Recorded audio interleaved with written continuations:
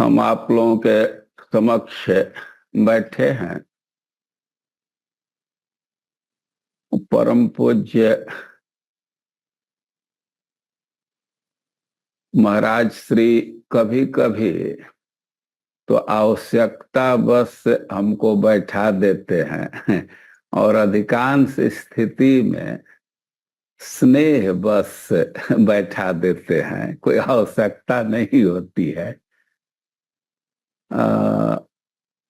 Out of affection महाराज हमको यह जगह दे देते हैं।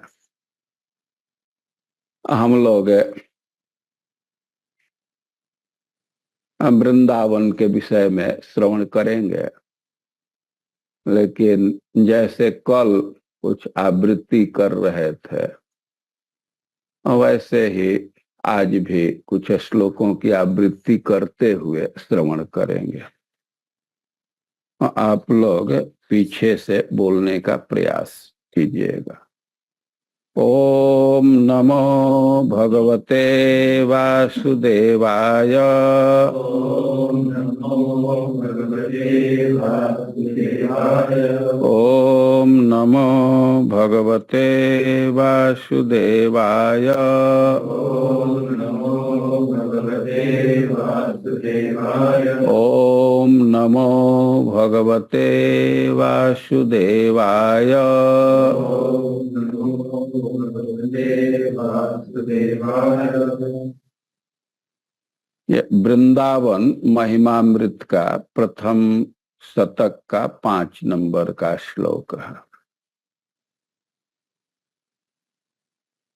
प्रेमौत्क्येन विचिन्त्यताम् विलुठनहि सर्वांगम आयोज्यताम् देहस्य अस्य समर्पणेन सुदृढ़ प्रेमा समास्थीयताम् राधा जा निरुपास्यताम् स्थिर चर प्राणी इह संतोष्यताम् श्री वृंदावनम एव सर्व परमं सर्वात्मना आश्रियताम् प्रेमौत्क्येन विचिन्त्यताम् विलुठनहि सर्वांगमायोज्यताम्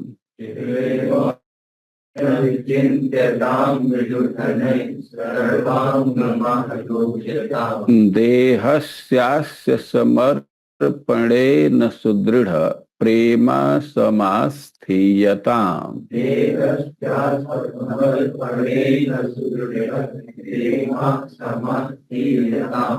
राधा जा निरुपास्यताम् स्थिरचर प्राणीह संतोष्यताम्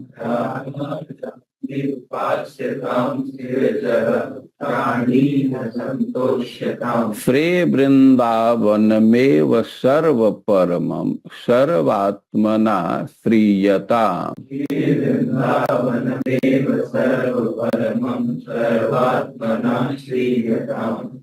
प्रेमौत्क्येन विचिन्त्यताम् विलुठनहि सर्वांगमायोज्यताम्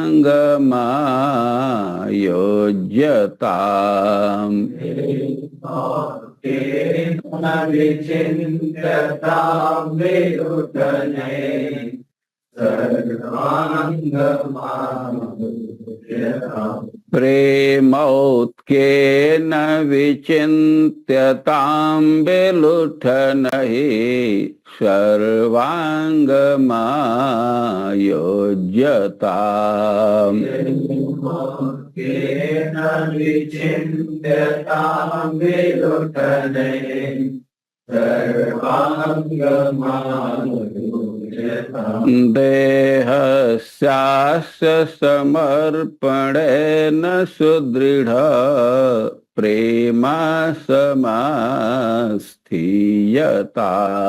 देहस्यास्य समर्पणेन सुदृढ प्रेमा समास्थीयता। राधा जानिरूपास्यतां स्थिरचर प्राणीह सन्तोष्यताम्। निरूपास्यतां स्थिरचर प्राणीह सन्तोष्यताम्। श्रीवृन्दावनमेव सर्वपरमं सर्वात्मना प्रीयताम्। वृन्दावनमेव सर्वपरमं सर्वात्मना प्रीयताम्। प्रेमोत्केन विचिन्त्यतां विलुठनै सर्वाङ्गमायोज्यताम्। केन विचिन्त्यतां विलुठनै सर्वाङ्गमायोज्यताम्। देहस्यास्य समर्पणेन सुदृढ प्रेमा समास्थीयताम्। देहस्यास्य समर्पणेन सुदृढ प्रेमा समास्थीयताम्। राधा जानिरूपास्यतां स्थिरचर प्राणीह सन्तोष्यताम्। राधा जानिरूपास्यतां स्थिरचर प्राणीह सन्तोष्यताम्। श्रीवृन्दावनमेव सर्वपरमं सर्वात्मना प्रीयताम्। वृन्दावनमेव सर्वपरमं सर्वात्मना प्रीयताम्। अब सब लोग साथ में बोलिए। प्रेमोत्केन विचिन्त्यतां विलुठनै सर्वाङ्गमायोज्यताम्। देहस्यास्य समर्पणेन सुदृढ प्रेमा समास्थीयताम्। राधा जानिरूपास्यतां स्थिरचर प्राणीह सन्तोष्यताम्। श्रीवृन्दावनमेव सर्वपरमं सर्वात्मना प्रीयताम्। फिर से एक बार थोड़ा और जोर लगा करके। प्रेमोत्केन विचिन्त्यतां विलुठनै सर्वाङ्गमायोज्यताम्। देहस्यास्य समर्पणेन सुदृढ प्रेमा समास्थीयताम्। राधा जानिरूपास्यतां स्थिरचर प्राणीह सन्तोष्यताम्। श्रीवृन्दावनमेव सर्वपरमं सर्वात्मना प्रीयताम्। हम लोग कल वृंदावन की महिमा सुन रहे थे, उसमें एक बात आया कि दिनमेकम निवासेन हरौ भक्ति प्रजायते। वृंदावन में कोई एक दिन भी निवास करता है और भगवान में भक्ति बढ़ जाती है। या वृंदावन में जो वास करता है, यात्रा करता है, उसकी भक्ति बढ़ जाती है और भक्ति उत्पन्न हो जाती है, भक्ति बढ़ जाती है। यह तो वृंदावन के प्रभाव से होता है। हरौ भक्ति प्रजायते, और वृंदावन ही भक्ति का बीज डाल देता है। यह वृंदावन भक्ति को बढ़ा देता है। तो ये तो वृंदावन कर रहा है। हम लोगों का क्या कर्तव्य है, इसको भी समझना चाहिए। तो वृंदावन के प्रभाव से जो कार्य हो रहा है, वृंदावन कर रहा है ना, वो तो अपना कार्य करेगा, हम लोगों को भी कुछ करना होता है। तो इस श्लोक में कुछ कुछ बातों का उल्लेख है कि हमको क्या करना चाहिए। तो कह रहे हैं कि सर्वात्मना श्री वृंदावन मेव सर्व परमम सर्वात्मना श्रीयता। सर्व परमम, वृंदावन का स्थान सबसे ऊपर, सबसे ऊपर वृंदावन। कल सुन चुके हैं, वैकुंठा च गरीयसी, वैकुंठ से भी श्रेष्ठ है।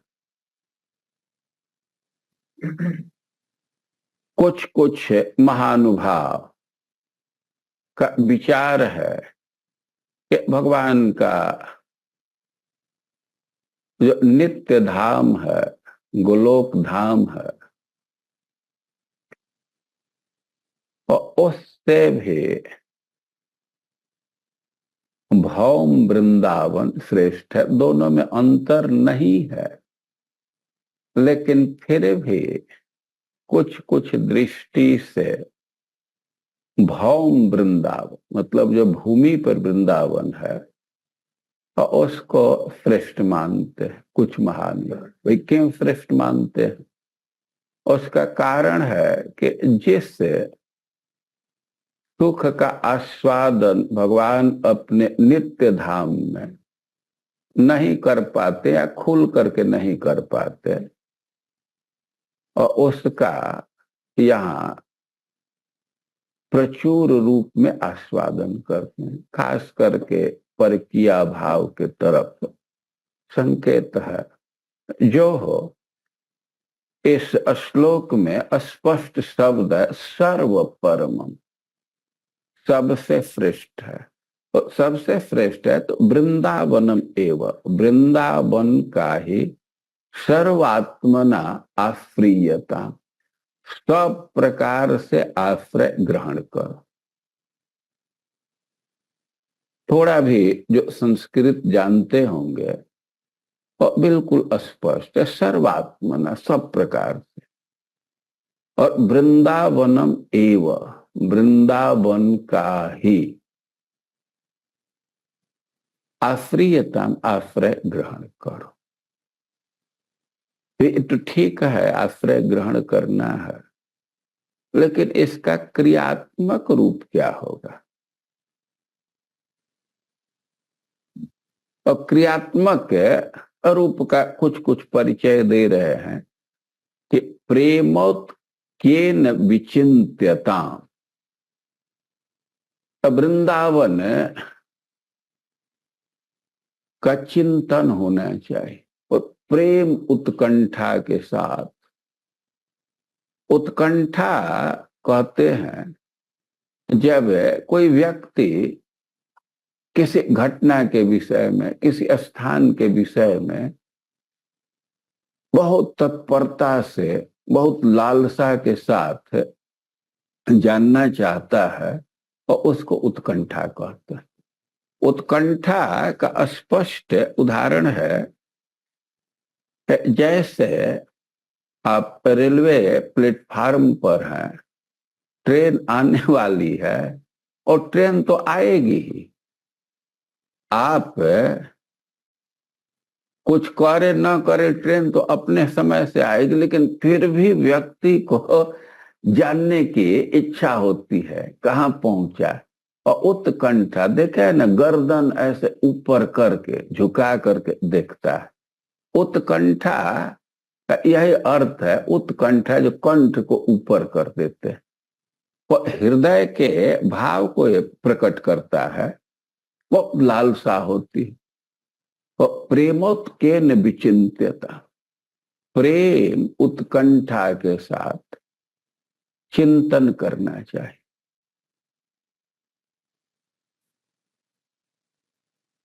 और यही दृष्टि है, परम पूज्य लोकनाथ महाराज अभी कह रहे थे कि धाम का दर्शन केवल आंख से नहीं होता है, कान का उसमें सहयोग चाहिए। अच्छा दर्शन कान से होता है। आखिर धाम के विषय में कुछ सुनेंगे तभी तो चिंतन करेंगे।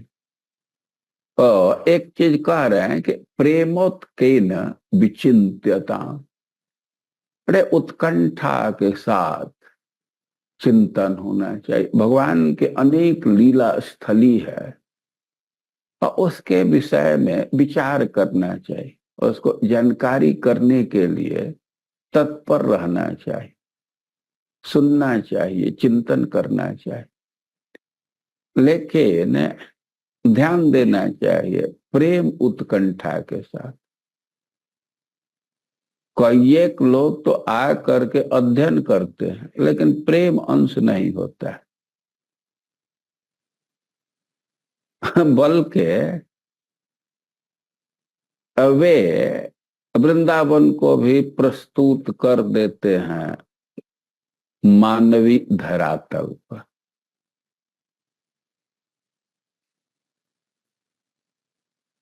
एक व्यक्ति आए थे, बड़े इंजीनियर थे, टेल्को कंपनी है जहाँ वाहन, ट्रक, कार, कई एक चीज बनते हैं, तो उसके टॉप लेवल के इंजीनियर थे।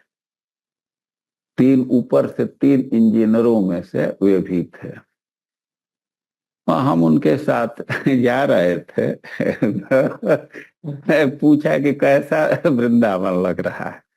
उनके गांव में ऊंचा खाला जमीन है, एक के ढंठा जैसा लग रहा। उनको यही अनुभव हुआ है। तो हम यह कह रहे हैं कि कई एक लोग अध्ययन करने के लिए आते हैं, लेकिन वो तो वृंदावन के खिलाफ आर्टिकल लिख सकते हैं किसी पत्रिका में। यहाँ विधान दे रहे हैं कि प्रेम उत्कंठा के साथ चिंतन करना चाहिए। कई एक रिसर्च स्कॉलर आते हैं, यहाँ महिला आश्रम है, उसके अध्ययन के लिए। हमारा परिचित एक व्यक्ति है, वो दिल्ली विश्वविद्यालय से इधर आया था, प्रोजेक्ट में था। शब्द पर ध्यान देना चाहिए, प्रेम और उत्कंठा के साथ चिंतन करो। और विलुठन ही सर्वांगम आयोज्यता, और लुंठन के द्वारा सारे शरीर को नियोजित करो।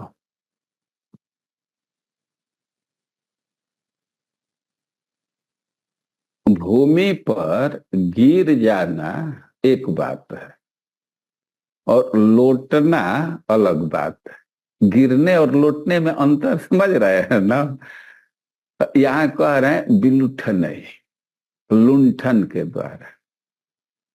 लुंठन का अर्थ है जैसे आप लोग रोटी बनाते हैं तो बेलना को घुमाते हैं ना। बेलना घुमाते हैं, और वैसे ही बहुत सारे महानुभाव हैं कि अपने शरीर को घुमाते हैं। गिर करके पड़ गए इतना से नहीं, और थोड़ा उसमें लोटी है। और मैं तो देख रहा हूं कि कई एक लोग ऐसे लुंठन करते हुए घूमते हुए पूरा परिक्रमा करते हैं।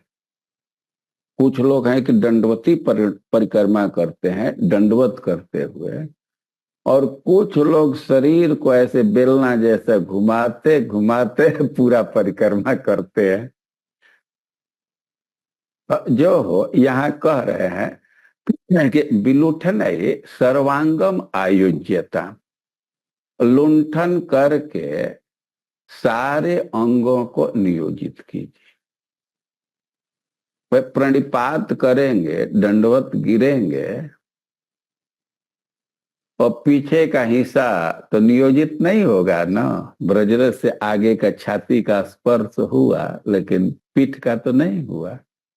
तो कह रहे हैं कि सर्वांगम आयोज्यता, सारे अंग को नियोजित करो। ब्रजरज में लौटने के लिए कह रहे हैं।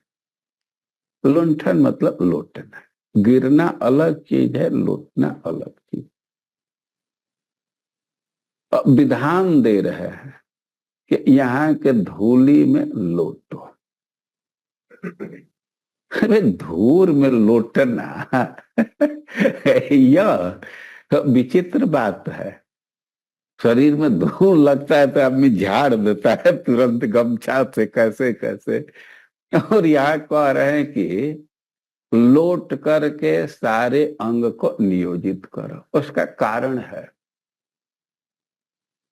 आप कल सुन चुके हैं, गोकुल में पग पारत ही जे भी उद्धव जी गोकुल में अपना चरण रखे, और कुछ और ही भावना भरने लगी। और भूमि का प्रभाव है, भूमि के प्रभाव से कुछ और भावना भरने लगी।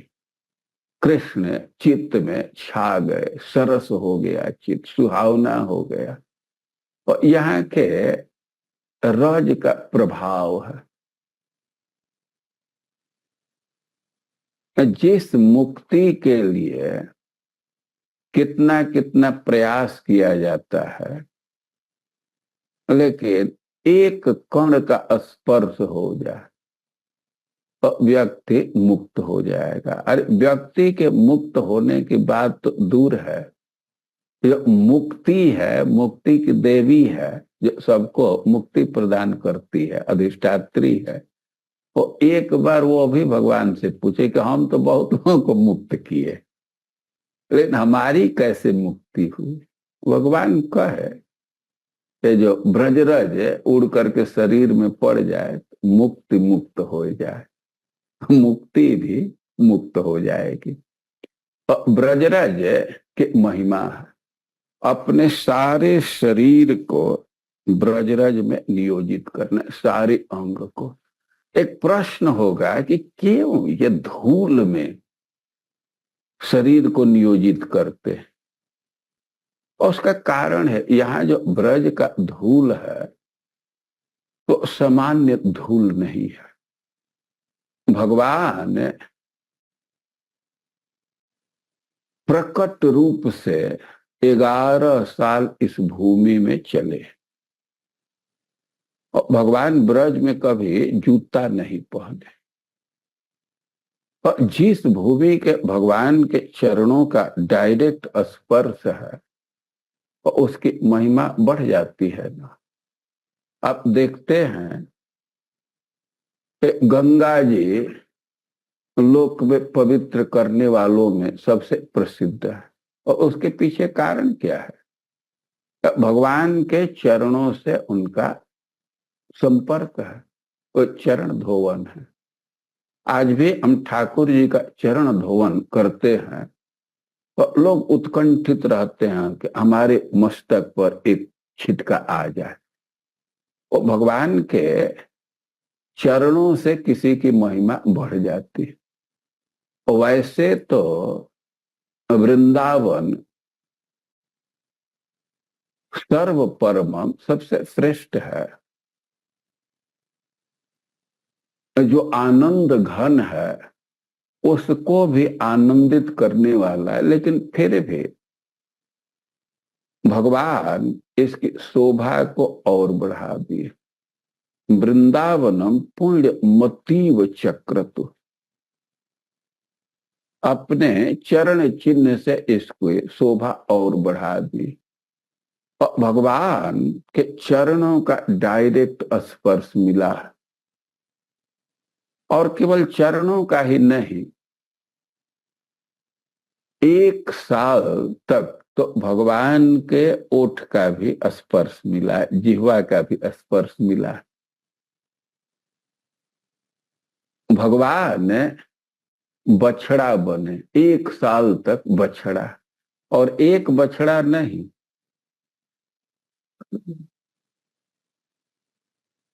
अनेक बछड़ा बने। जितने भी उनके सखागण थे अपने बछड़ों को लेकर के जाते थे, और ये असंख्य हो जाते थे, और 1 साल तक बछड़ा बने। और जितने बालक थे, छोटे छोटे मत्स्यपाल थे, चरवाहे थे, तो वे भी कृष्ण ही हैं। तब उस समय तो कण कण का चरण का स्पर्श मिला है ना। कोई कोई कह सकता है कि अकेले कितना दूर गए होंगे, लेकिन 1 साल तो बच्चों के रूप में थे, बछड़े के रूप में थे, और बछड़े तो घास चरते हैं ना। और इस भूमि से उनके मुख का, उनके अधर का स्पर्श, समझ रहे हैं ना।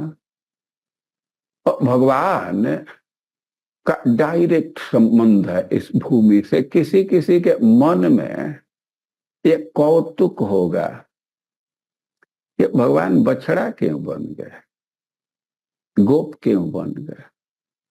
देखिए, प्रकट तो हम लोग सुनते हैं कि ब्रह्मा जी चुरा लिए, बछड़ों को चुरा लिए, बालकों को चुरा लिए। तो एक तरह से अब भगवान मजबूरी में बन गए बछड़ा और गोप बालक। लेकिन सच्चाई यह है, भगवान गोपियों के, गायों के भावना को पुष्ट करने के लिए, उनके भावना के संतुष्टि के लिए गोप बालक और बछड़ा बने। गायों के हृदय में वात्सल्य है, उनके लालसा थी कि हम भी कृष्ण को स्तनपान कराएं। आप लोग चित्र में देखे होंगे कि कहीं कहीं भगवान बछड़े को हाथ से हटा दिए हैं और डायरेक्ट मुख से गाय का स्तनपान कर रहे। इस स्थिति में गाय लात मारती है, अपने बछड़े को छोड़कर के दूसरे को दूध नहीं पिलाती। कोई दूसरा बछड़ा भी आता है, उसको भी लात मार देती है। आदमी को तो सटने नहीं देगी, लेकिन वो प्रेम से दूध पिला रही है, क्योंकि गायों के हृदय में भी वात्सल्य भाव है। उनकी लालसा थी कि हम कृष्ण को दूध पिलाएं। माँ यशोदा कृष्ण को गोद में उठाती थी, और दूसरे स्त्रियों की भी, जो वात्सल्य भाव की स्त्रियां हैं, गोपियां हैं, उनके मन में भी लालसा थी कि कृष्ण को हम अपने छाती में रखते। जब बछड़ा चरा करके आते थे कृष्ण, तो कई एक गोपियां कृष्ण को अपने गोद में उठा लेती थी, और उनको बहुत सुख का अनुभव होता था। अब कृष्ण को हटाना नहीं चाहती थी, लेकिन उनके मन में विचार आ जाता था कि आखिर कृष्ण तो पुत्र हैं यशोदा के, तो हम लोगों की इतनी लालसा है तो उसकी भी तो लालसा होगी। एक तरह से तो हम लोग दूसरे के अधिकार का हनन कर रहे हैं ना। भगवान सबकी भावना को समझते और भावना के अनुरूप प्रति उत्तर देते।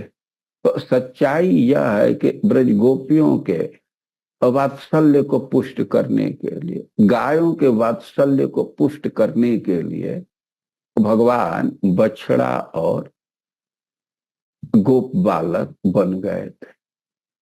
जो हम यह कह रहे हैं कि भगवान के चरण से स्पर्श है, भगवान के मुख से स्पर्श है, और इस भूमि की, इस मिट्टी की, इसके रज की बहुत भारी महिमा है।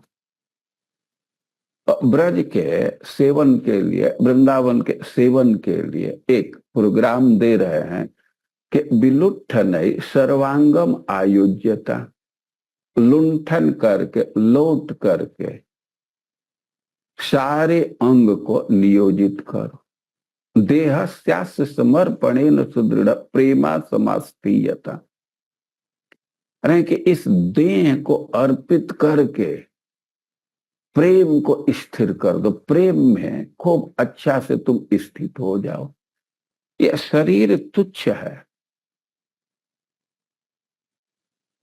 दो दृष्टि से ये तुच्छ है। एक तो ड्यूरेशन पर विचार किया जाए तो ये क्षणभंगुर है, कब खत्म हो जाएगा कोई ठिकाना नहीं।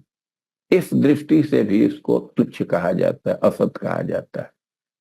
और देह के अवयव पर विचार करें तो इस दृष्टि से भी तुच्छ है। देह का कवरिंग तो अच्छा है, लेकिन भीतर है क्या, सब घृणित चीज है।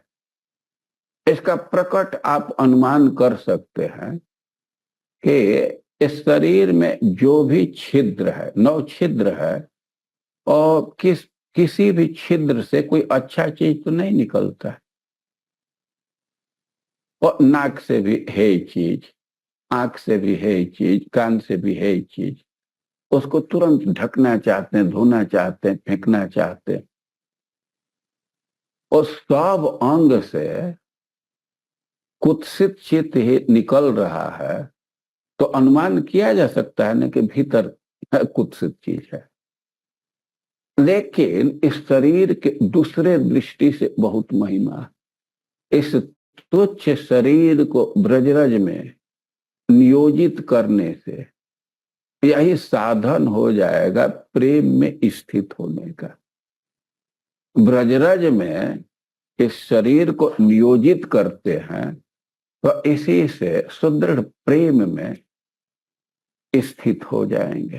तो कह रहे हैं कि देहस्यास्य समर्पणेन सुदृढ़ प्रेमा समास्थीयता राधा जा निरूपास्यता, राधा नागर के उपासना करो। स्थिर चर प्राणी है संतोष्यता, और यहाँ के जो भी प्राणी है, चाहे वे चर प्राणी हो या स्थिर प्राणी हो, सबका संतोष विधान करो। प्राणी 2 प्रकार के होते हैं। कुछ प्राणी हैं कि एक जगह पर ही रहते हैं, वो कहीं चल नहीं सकते, तो ऐसे प्राणी को स्थिर कहा गया, जैसे वृक्ष है। और कुछ प्राणी हैं कि वे चलते हैं, जैसे बंदर हैं, कुत्ते हैं, आदमी हैं, गाय हैं, पक्षी हैं, और इनको चर कहा गया। तो कह रहे हैं, विधान दे रहे हैं कि चाहे चर प्राणी हो या स्थिर प्राणी हो, सबका संतोष विधान करो। तो ब्रज में रहना है तो कुछ करना होता है, और यहाँ लिस्ट दे रहे हैं कि प्रेम और उत्कंठा के साथ धाम का चिंतन करो। यहाँ के रज में लोटो, इस देह को रजमज में डाल करके सुदृढ़ प्रेम में स्थित हो जाओ। यह साधन है सुदृढ़ प्रेम में स्थित होने का। राधा जा निरूपास्यता, कृष्ण की उपासना करो, और स्थिर चर प्राणी है संतोष्यता, चाहे चर प्राणी हो या स्थिर प्राणी, सबका संतोष विधान करना। यही वृंदावन निवास का मूल सिद्धांत है। यहाँ के प्राणियों को संतुष्ट करेंगे तो राधा रानी आपको ब्रज में रखेंगे।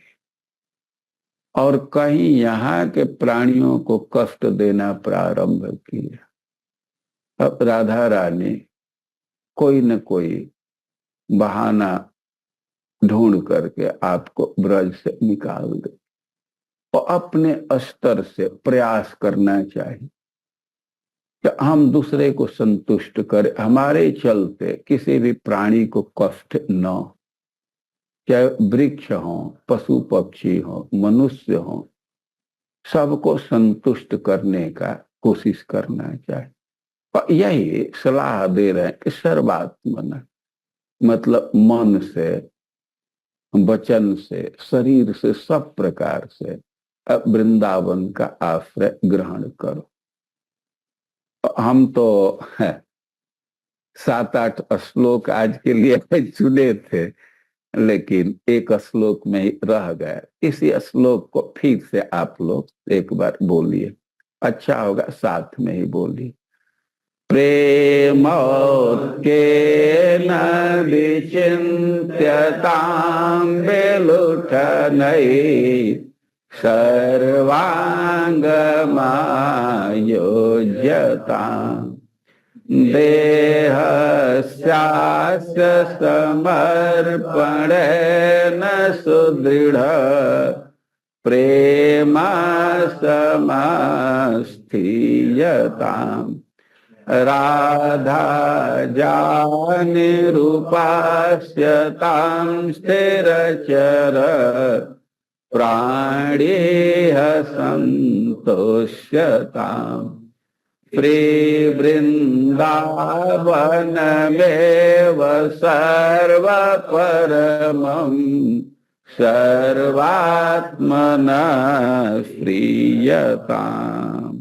फिर से एक बार बोलिए।